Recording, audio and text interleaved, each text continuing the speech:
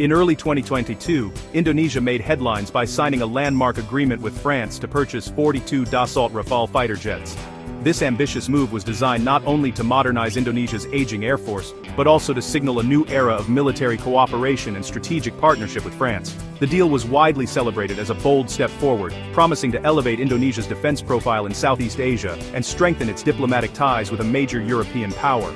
The $3.2 billion agreement was comprehensive, covering not just the advanced jets themselves, but also extensive pilot training programs, logistical support, and a sophisticated weapons package. For Indonesia, this deal represented a significant leap in its defense capabilities, offering access to cutting-edge technology and expertise from France. To manage the scale and complexity, the deal was structured in multiple phases, allowing both countries to address financial and logistical hurdles gradually, and to ensure a smooth transfer of technology and know-how. However, as the months rolled by, the initial optimism began to wane.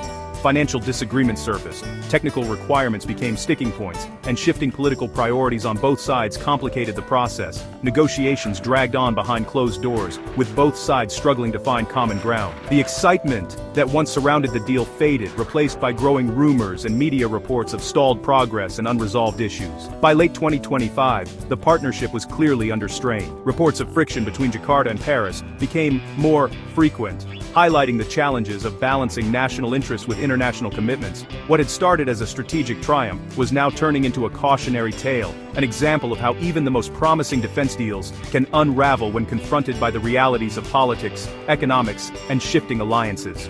The Rafale dream for Indonesia was slipping further away, as the hard truths of budget constraints and changing national priorities took center stage, leaving the future of the deal uncertain. The 2022 agreement was more than a purchase, it was a strategic partnership. Indonesia aimed to replace its aging fleet with Rafales, boosting readiness and streamlining logistics. For France, it was a geopolitical win, cementing its role in the Indo-Pacific and supporting thousands of jobs. The deal included maintenance infrastructure, pilot training, simulators, and a robust weapons package. Crucially, it promised industrial cooperation and technology transfer, aligning with Indonesia's goal to build its domestic defense industry. French companies were to work with Indonesian firms, potentially enabling local assembly and manufacturing. This comprehensive approach was designed to ensure Indonesia's long-term self-sufficiency and strategic independence. Despite a strong start and high hopes on both sides, the deal soon hit turbulence over finances and technology transfer, exposing deep differences in priorities and expectations. Indonesia, facing mounting economic pressures at home, sought more flexible payment terms and a staggered payment schedule to ease the financial burden of such a major purchase. However, France resisted any changes to the original agreement, insisting on strict adherence to the contract and upfront payments to protect its own interests. At the same time, Jakarta pushed for deeper technology transfer, hoping to gain access to sensitive know-how and advanced manufacturing techniques to support its domestic defense industry and boost local jobs. But France balked at sharing proprietary secrets, fearing the loss of intellectual property and competitive advantage, which created a major impasse in the talks. Delivery delays only added to the tension. 6 jets were already built, but remained in France, fueling doubts about the schedule and raising concerns in Jakarta about France's commitment. Meanwhile, new competitors like the F-15EX from the US and the Turkish Taycan entered the market, giving Indonesia more options and leverage at the negotiating table. With attractive alternatives now available, Jakarta became less willing to compromise, and the negotiations ground to a halt as both sides refused to budge. Trust eroded quickly, as both sides dug in on their positions, each blaming the other for the lack of progress and growing frustration.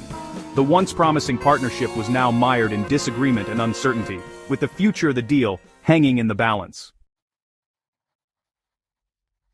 After nearly 3 years of deadlock, Indonesia terminated the Rafale contract in late 2025. The main issues: irreconcilable differences over payment terms and the extent of technology transfer. Indonesia decided the financial burden and limited industrial cooperation were no longer acceptable.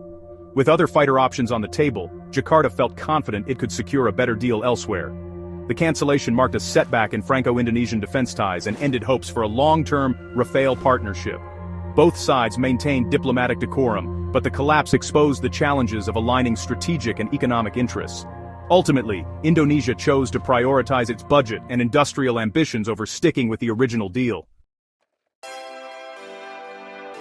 The collapse of the $3.2 billion deal between France and Indonesia sends shockwaves through both nations, with immediate and far-reaching consequences for their defense industries and diplomatic ties. France and Dassault now face not only a significant financial loss, but also the challenge of repurposing 6 advanced fighter jets that were custom-built for Indonesia's needs.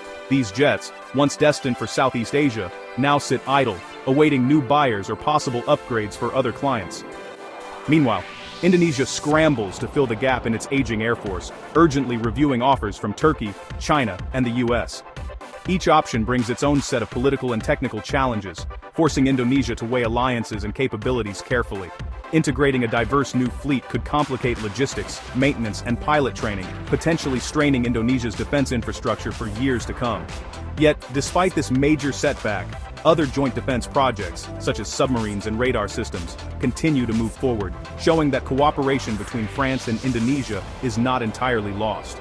Both nations may find opportunities to rebuild trust and strengthen ties through maritime security cooperation, even as the Rafale fighter jet deal fades into the background. This episode stands as a stark lesson. Major defense deals demand not just shared strategy, but also careful attention to every detail, from financing to technology transfer and political alignment.